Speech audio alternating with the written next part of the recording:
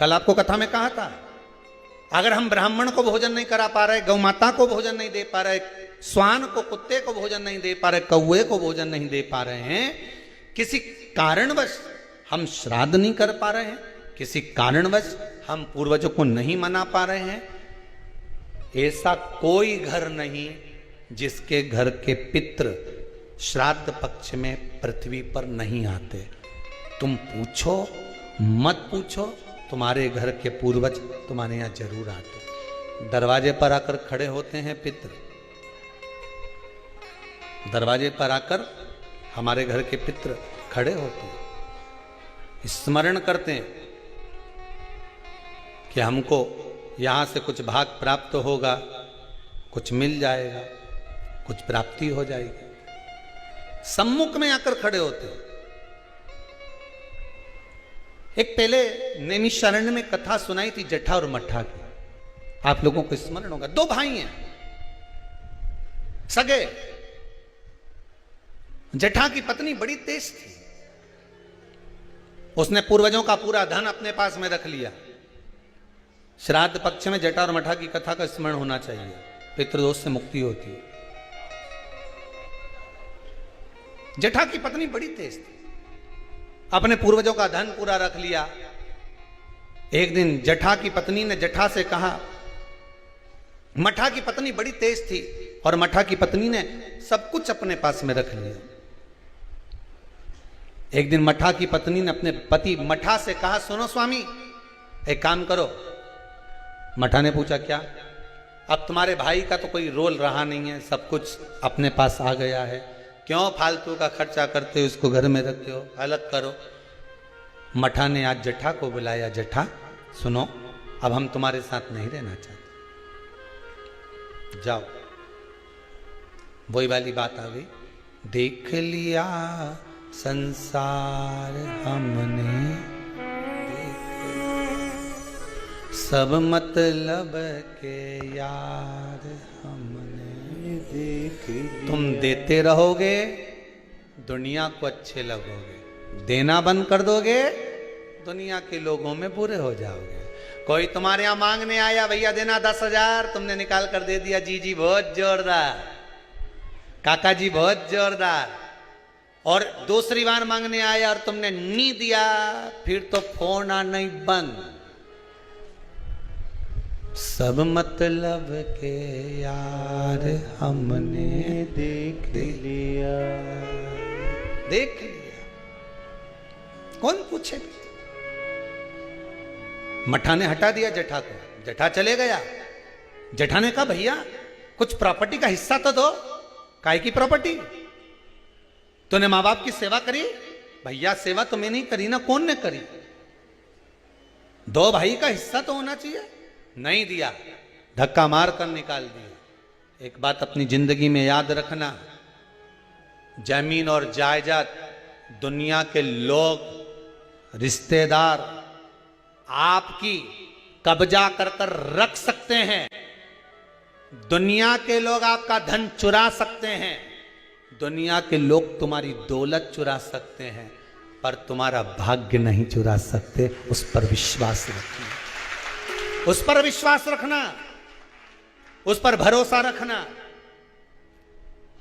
ले ले जमीन, ले ले तो कितना लेगा, कितनी रजिस्ट्री कराएगा, कितना पैसा इकट्ठा करेगा, कर ले, ले जा। भाग्य ले जा सकता है, किस्मत ले जा सकता है? नहीं। उस पर विश्वास रखना कि ये ले गया, ले जान दो, पर तू है ना मेरे साथ। बहुत क्या करेगा ये? रख लिया मठा ने, जटा को नहीं दिया। जटा की पत्नी रोती हुई कहती है, स्वामी चलो। छोटा सा झोपड़ा, 2 आम का पेड़ था, एक आम के पेड़ से एक आम का पेड़ पे एक बांस बांधा, उसके दूसरी 2 लकड़ियां लगा के उस आम के बीच में दोनों झोपड़ा बनाकर रहने लगे। पितृपक्ष आ गया, श्राद्ध आ गया। मठा की पत्नी ने बोला, सुनो, हमारे रिश्तेदार तो हमारे आना ही छोड़ दिए। रिश्तेदार आना कब छोड़ते हैं? जब तुम्हारे भीतर अहंकार बहुत बढ़ जाता। जरा जरा सी बात में मैंने वो प्रॉपर्टी खरीद ली, मैंने हाथ का ब्रेसलेट खरीद लिया, महाराज छोरा तो इतना कमाए, महाराज तो दुकान ऐसी चले। रिश्तेदार तुम्हारा बखान सुनने थोड़ी ना आए, रिश्तेदार तो तुमसे मिलने के लिए आए। दिल से मिलो, ये बखान दूसरी जगह करना। फिर अगर कहीं का बखान कर दे, वही वाली बात आ गई, हमने तो इतना मकान, हमारा ऐसा मकान, चीटी कह दे मेरे तेरे मकान में खूब घूमूंगे, तू मेरे मकान में घूम के बता। फिर वही वाली बात आ गई कि नहीं आ गई? तो घूम के बता दो फिर उस मकान में।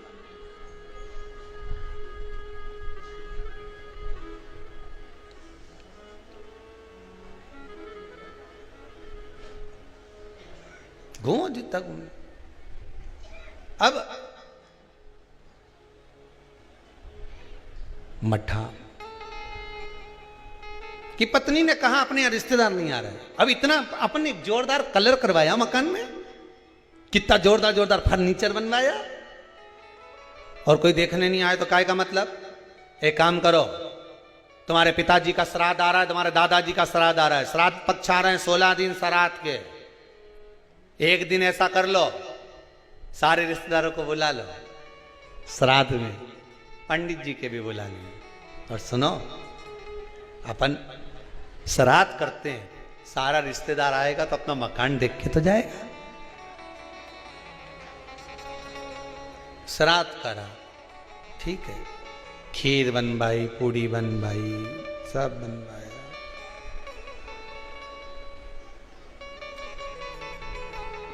मठा की पत्नी ने करा, जठा की पत्नी बोली सुनो, आज तुम्हारे दादाजी का श्राद्ध है, घर में कुछ है नहीं, पर सुनो, वो सामने जो व्यापारी है ना, जिसकी किराना की दुकान है, उससे आपकी अच्छी बनती है ना, हाँ मेरा बचपन का दोस्त है, जाओ उसके यहां से कुछ थोड़ा सा लिया हो तो अपन खीर बना लेंगे, ब्राह्मण को दे देंगे, उसके घर पहुंचा देंगे।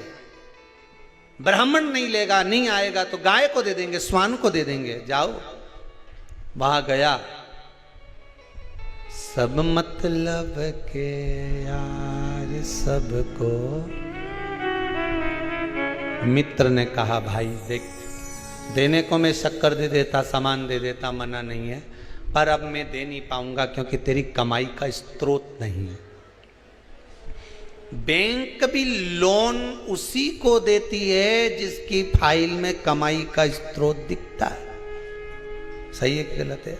लोन लेने वाले जानते हैं, तुम्हारी कमाई देखेगी पहले बैंक, वहां से कितना आ रहा है, कमाई कितनी हो रही है, सर्विस में कितना मिल रहा है, उसमें ये कटवा देगा। बैंक लोन तब देती है जब तुम्हारी कमाई का स्रोत दिखता है। दुनिया के लोग आपको जब तक देते हैं जब तक तुम्हारी कमाई का स्रोत दिखता है, पर महादेव तुम्हारी कमाई का स्रोत नहीं देखता, महादेव तुम्हारी भक्ति का स्रोत देखता है। तू भजन कितना करता है, महादेव तुम्हारी कमाई के स्रोत देखकर नहीं देगा, महादेव भजन देखकर देगा कि तू भजन कितना करता है। तो कितना शंकर की कथा सुनता है, शिव महापुराण पर कितना विश्वास है तेरे को, शिव महापुराण की कथा में जो शब्द निकलते हैं उस पर कितना विश्वास है, महादेव ये देखकर देगा।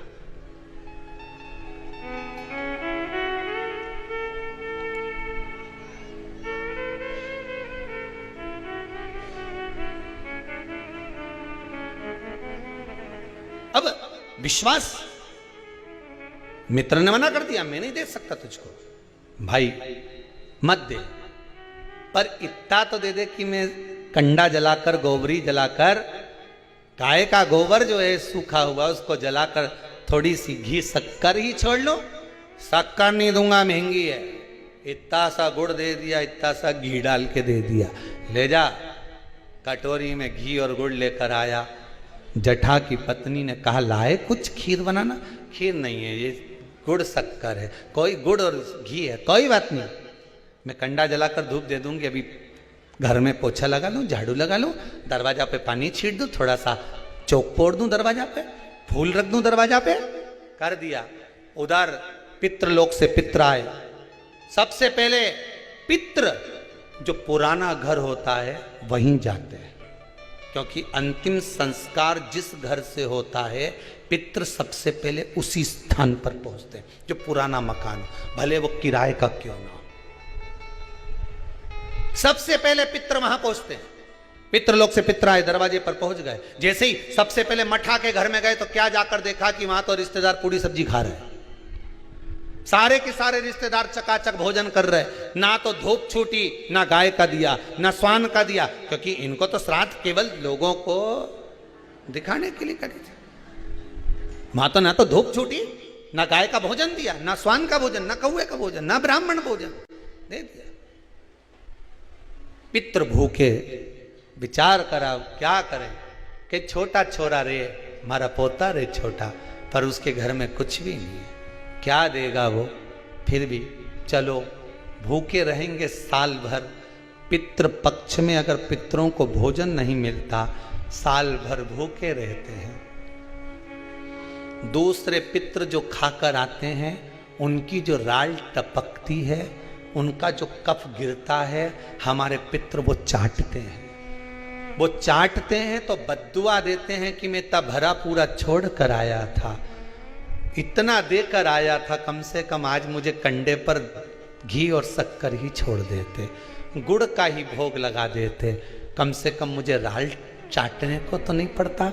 बद्दुआ देते हैं साल भर, इसलिए घर में सुख नहीं रहता, शांति नहीं रहती, पैसा नहीं टिकता, शुभ कार्य नहीं होता, बड़े दुखी होते हैं पितृ, बड़े दुखी। पितरों ने सोचा एक दरवाजे से नहीं मिला, दूसरे दरवाजे से कुछ खाकर चले जाऊं, ऊपर जाऊंगा तो लोग क्या कहेंगे। जठा के घर गया, पितृ दरवाजे पर पहुंचे। जठा की पत्नी ने कंडा जलाया था, गोबरी जलाई थी, जलाई रखी दरवाजा के पास में, भगवान से प्रार्थना कर कर गुड़ और घी छोड़ दिया। गुड़ घी छोड़ा, पितृ चले। 16 दिन तक पितृ पृथ्वी पर भ्रमण करते हैं। 16वें दिन पितरों के देवता आर्यमा कौए पर बैठ कर आते हैं। अमावस्या के दिन प्रदोष काल में शाम के समय आते हैं, पितरों को वापस बिठाते हैं, पितृलोक ले जाते हैं।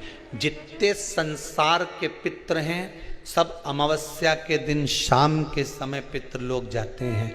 इंतजार कर रहे थे पितृ, आर्यमा आए, पितरों के देवता आर्यमा स्वामी आए, कौए पर बैठ कर आए और हमें लेकर जाए।